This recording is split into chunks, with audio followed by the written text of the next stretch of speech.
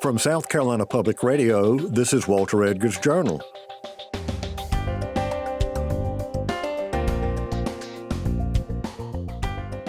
I'm Walter Edgar, welcoming you to our podcast series about South Carolina culture and history, with a nod to all things Southern. Today, Alfred Turner and I will talk to Dr. Eric Crawford, a Gullah-Geechee scholar and Associate Professor of Musicology at Claflin University in Orangeburg. He's going to share stories of Gullah culture and will tell us about editing the second edition of the late Wilbur Cross's book, Gullah Culture in America. Gullah Culture in America chronicles the history and culture of the Gullah people who live in the Lowcountry region of the American South. The book tells the story of the arrival of enslaved West Africans to the Sea Islands of South Carolina and Georgia, and the melding of their African cultures, which created distinct Creole language, cuisine, traditions, and arts.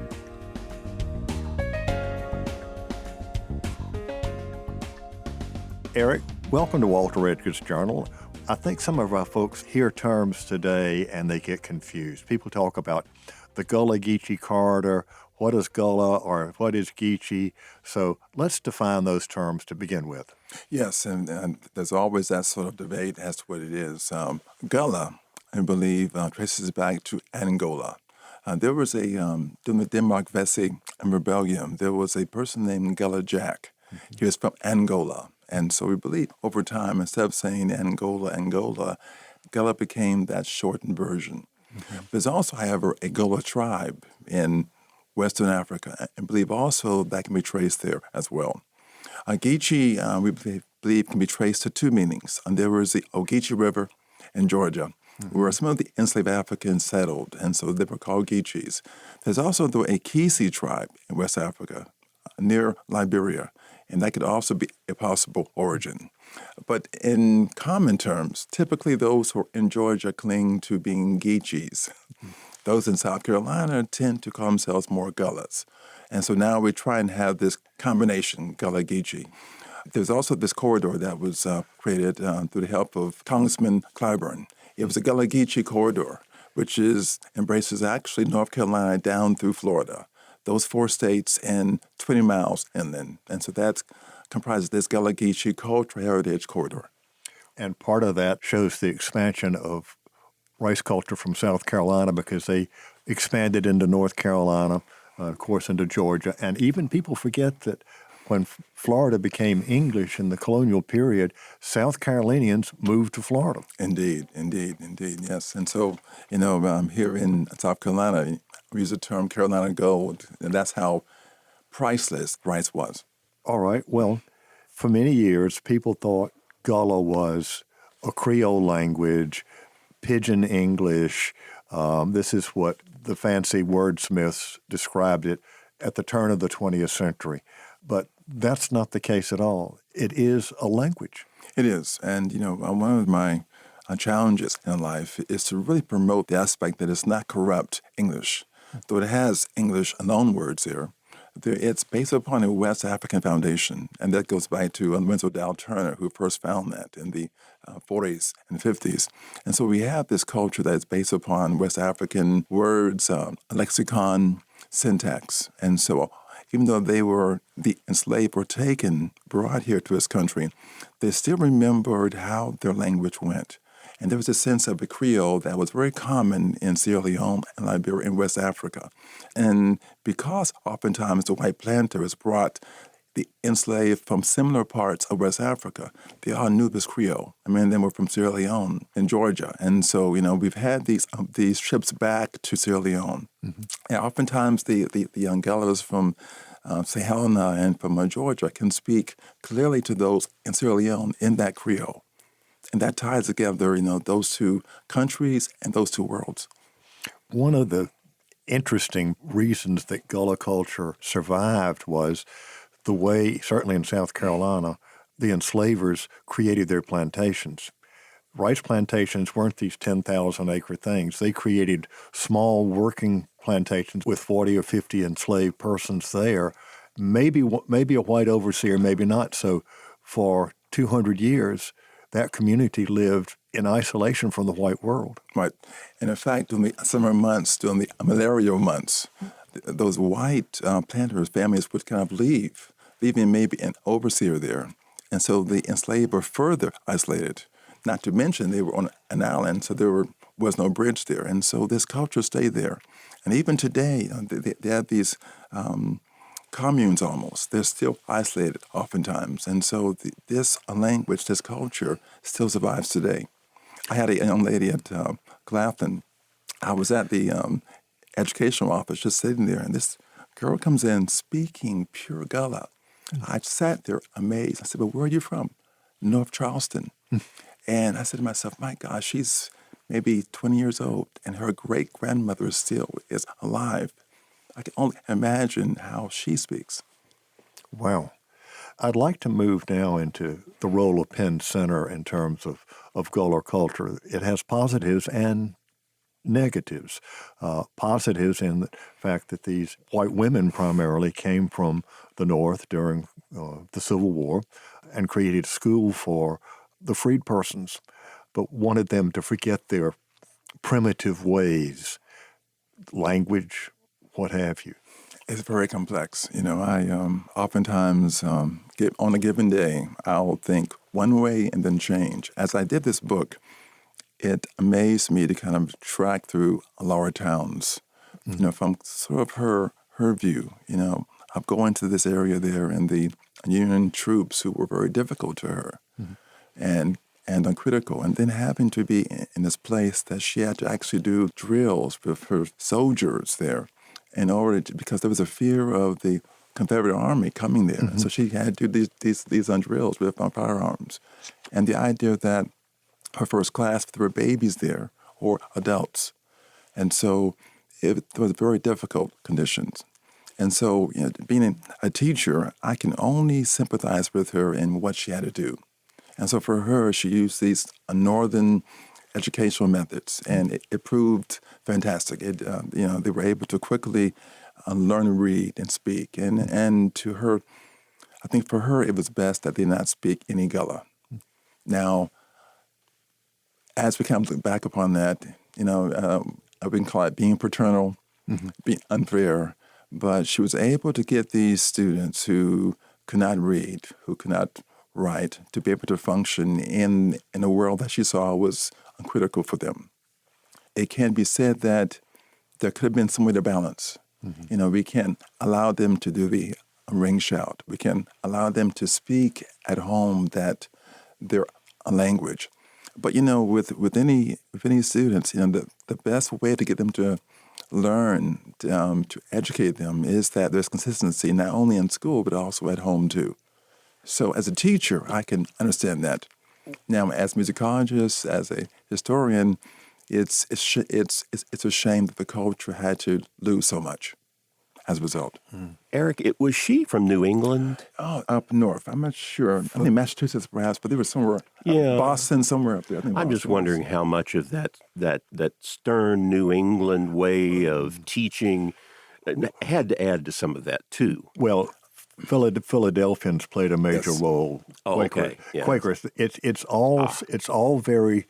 This isn't loose Episcopalians. This is very rigid pedagogy. But when you're in, these conditions, if you think about malaria is killing your friends, and you're with these people, and it's uncertainty, and they don't trust you, you can't understand them. And these troops aren't helping at all. So those are very difficult conditions. So I tend to be forgiving. And she ended up learning to speak Gullah, did she? She was fluent in Gullah and was a wonderful nurse, too. And so, in fact, she would begin to use some of the remedies for things, life everlasting, sassafras, those things. And so I think in the end, she began to appreciate it. Well, there's so many facets of Gullah culture that for years most white folks ignored. In fact, they usually ignored Gullah because that was slave talk, although even in the 18th and 19th century, there were white Carolinians who did learn Gullah, but it was rare. There's a point in my book, and it asks, can a white person learn to speak Gullah? And I said, yes, they can. But I said, But a white child never is fully in that black child's world. And so in the end, they can speak, but they never are privy to that black child's world. Well, here's a story that's personal. My late mother-in-law, when she was, and if she were alive today, she'd be in her late 80s. She was from Clarendon County, but she and her mother moved to Columbia, South Carolina, and she was at one of the older high schools. Actually, I think it was a middle school at that time, or junior high. And suddenly, this young woman from the Lowcountry comes up, and no one can understand her. But Mary Alice Rogers could, because she could speak Gullah. And so she was this child's translator and eased her into this culture shock that she was experiencing, which I'm sure must have been great. I Yeah. think for educators, especially those who are in the low country, it would help them greatly if they at least had a working knowledge of Gullah language. Sure. As they hear these kids, encounter these kids, they can now best help them. Mm-hmm. Yeah. Well, even though people are now putting Gullah in books, Gullah was a spoken language, Yes. and that goes with verb contents. If you said, I come for we house, Perfect Gullah. but in the context, it could mean I'm going to the house, I am at the house, and part of the expression would be, Eric would be looking at me, and I might, how I say that, he's reading my body language. But for any language, there is an informal approach and more formalized. And so I think for Gullah, having, I think it's a good to have something now, something formal. And it took them 30 years to come to that. But now we have the Gullah Bible, and Joe Opala now is working on a grammar book as well as a literary book that would be in Gullah. And so I think for me, having a beginning point, a point to tell those who are Gullah, this is your language. I remember Joe Opala came to Coastal Carolina University and taught a course on Gullah language. Seeing those Gullah speakers come out and say, I never knew what I spoke was a language, and a sense of pride. And so for us, we need more of those. Yes, there would be so many variations. There would be those who say, now this is the way I talk it here. But in terms of having these guides, these books, these versions that we can say, this is how the language is spoken generally. And seeing it in print gives that culture validity, I believe. But, one of the things I think is important is spirituals have codes. You could change the word here and there, but oftentimes it's also the speed, the tone, the voice arising that could change a meaning drastically. And that was sort of the genius of the enslaved. Before we went on the air, you were saying, as a musicologist, the spiritual Cum Ba Yuh. That term people use is not what the Gullah started out saying. No. In fact, it translates to actually Come By Here. There was a 1925 recording in Charleston, and the first words were Come By Here. And because the enslaved couldn't say the H sound, it would be Come Ba Yuh. And for those who come to the islands, to the corridor here, those who are from the islands call themselves Benyas. They've been here. They're from here. Those who are visiting are called Kamyas. They're coming here. And so I believe that Cum Ba Yuh, as we tend to say it, means come here, Lord, come here. And so I'm at Claflin now, and I have a wonderful quarter writer, Dr. Charlie Toomer, and he really pushed me to do an arrangement. And so the very first one that I arranged was Cum Ba Yuh as Kamya. And it begins with this sense of come here, Lord. It begins with saying, come ya, come ya, come ya. And then they go into the song.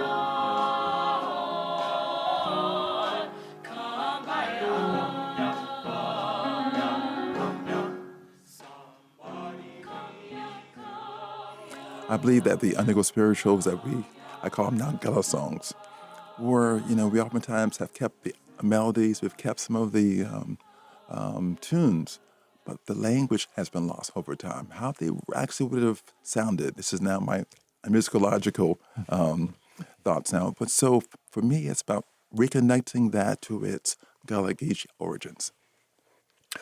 Well, one of the things some people are familiar with is the myths of the Lowcountry, the landscape, particularly the things that came out of the Charleston Renaissance in the 20s and 30s, haints and flat eyes.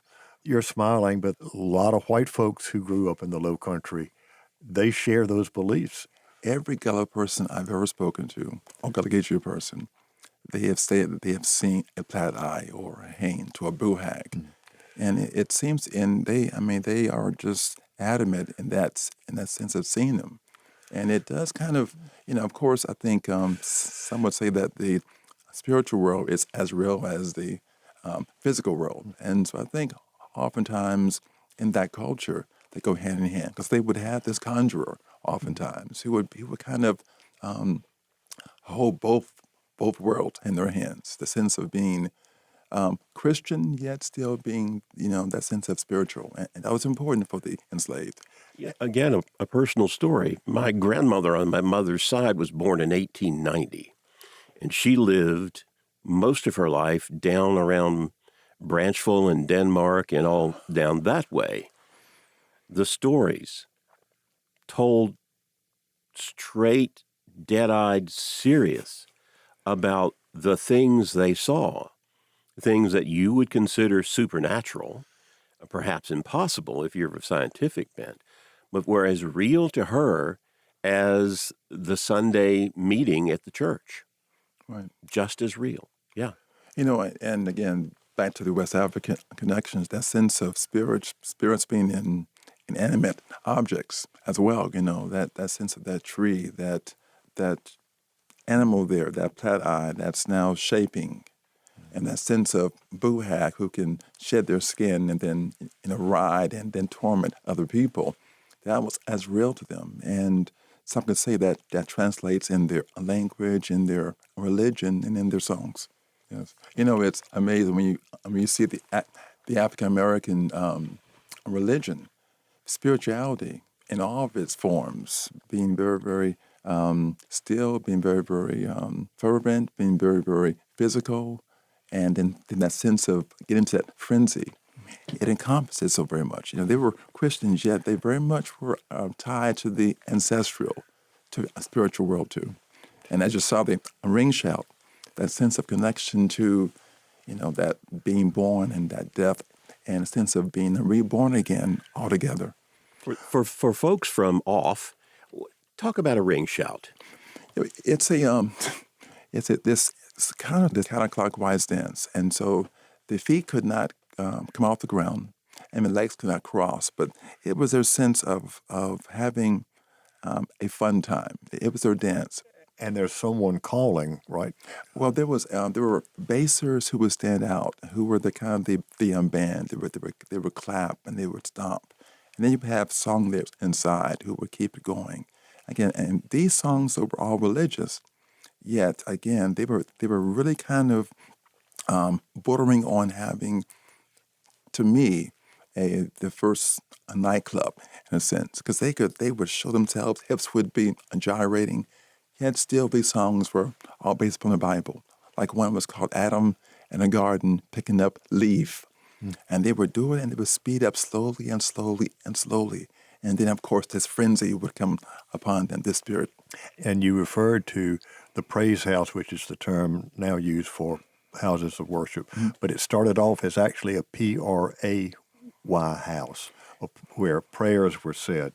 It's now praise is the common way it's displayed, but it started out as P-R-A-Y. And the old elders still say prayer house. They don't say praise house. They'll say this is a prayer house. And again, it was a place that they would begin in very formal ceremony. They would have a prayer, they would have scripture.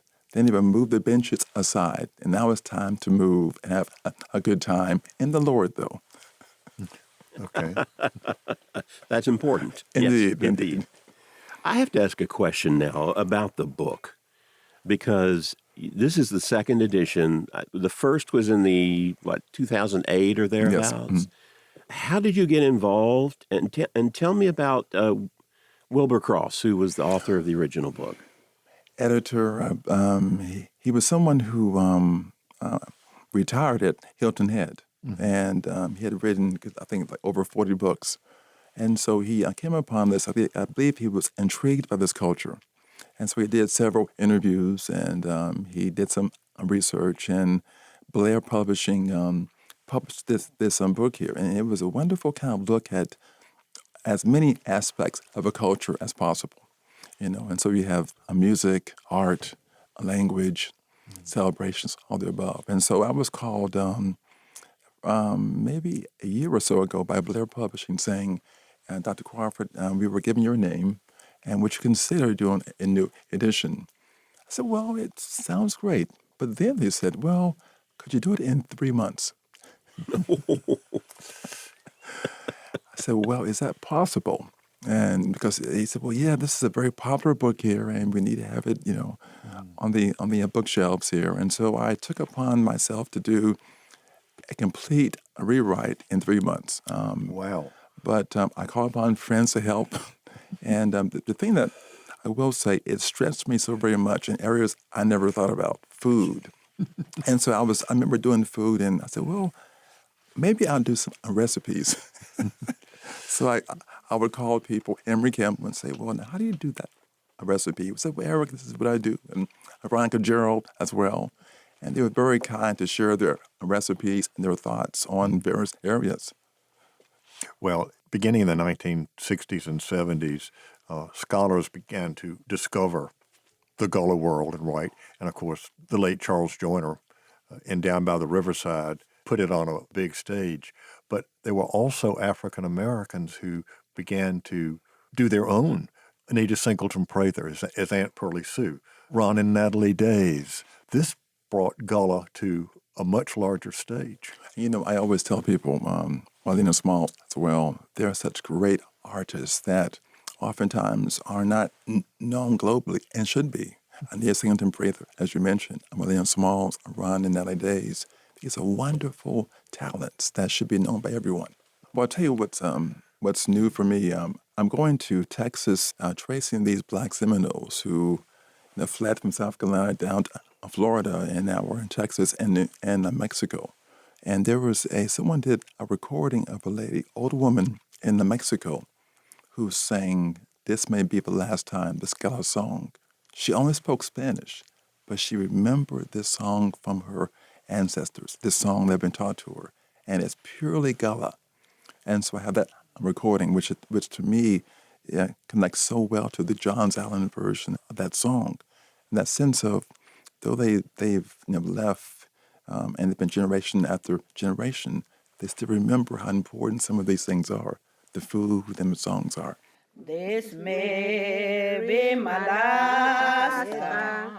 This may be my last time. This may be my last time. It may be my last time. I don't know. I got a mother and born before. Maybe my last time. I don't know. Oh, this may be my last time. This may be my last time. This may be Wow. English is not her language, but No. she remembered the Gullah. Yes, and and these words may have no meaning to her in terms of what they mean, but she knew it was important to sing this song to continue this tradition. That's amazing. It's sad that in many ways, Gullah culture, as much as we're trying to protect it, it's also under constant threat through young people not carrying on traditions, whether it is the language or the folk art or what have you. People are moving away. And you think of what has happened to the development of our coast, and Gullah communities have been broken up. It's challenging. And I think that's why at a university, a college, we have an opportunity to be able to educate, and we have this a wonderful young force of people, of educators, and so our students, for me, are our best allies here. I brought in my older singers, and they were singing the old songs, and the Claflin Choir has learned to speak and sing Gullah. So to have the older singers there with them, and as they were being filmed, there wasn't a dry eye there. Those who were younger knew how important it was that they continue this culture, because my singers from St. Helena Island are once 87, once 85, and soon they will not be singing. So they were grabbing onto this. As you mentioned, many communities, they've lost their land, and the raising and the higher taxes for these communities, many times they can't afford it, and so then they lose their home again. And so for us, it's about finding a way to be able to, in fact, on St. Helena Island, there was a developer who wanted to build a golf course, and the community rose together to stop that. But that will continue, and it becomes, how can we protect them, preserve them, and not just that, but understand how valuable they are to our culture going forward. All right. It's time for us to wind up. So any last words for our listeners? Well, I want to say for everyone, I'm sure, being here with you has always been my greatest joy and my biggest wish. So to be here a second time is just wonderful. So thank you for having me here, and thank you for being such a strong advocate for the Gullah-Geechee culture. It's a very important part of all of our history here in South Carolina.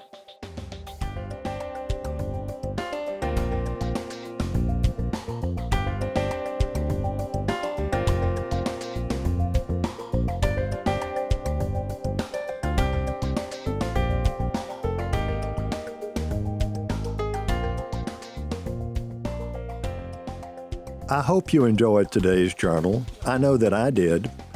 Gullah culture is foundational to the traditions and foodways of Lowcountry, South Carolina.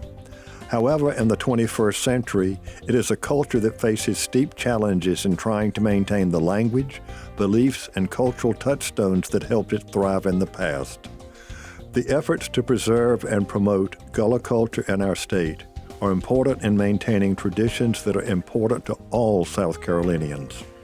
Walter Edgar's Journal is a production of South Carolina Public Radio. I'm Alfred Turner, and I produce the show, which is made possible by listener contributions to the ETV Endowment of South Carolina.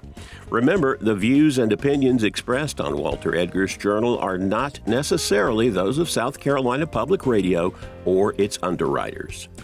New episodes of Walter Edgar's Journal are published on the first and third Fridays of the month and are available at southcarolinapublicradio.org, on the SCETV app, as well as your favorite podcast provider. We'll talk again soon.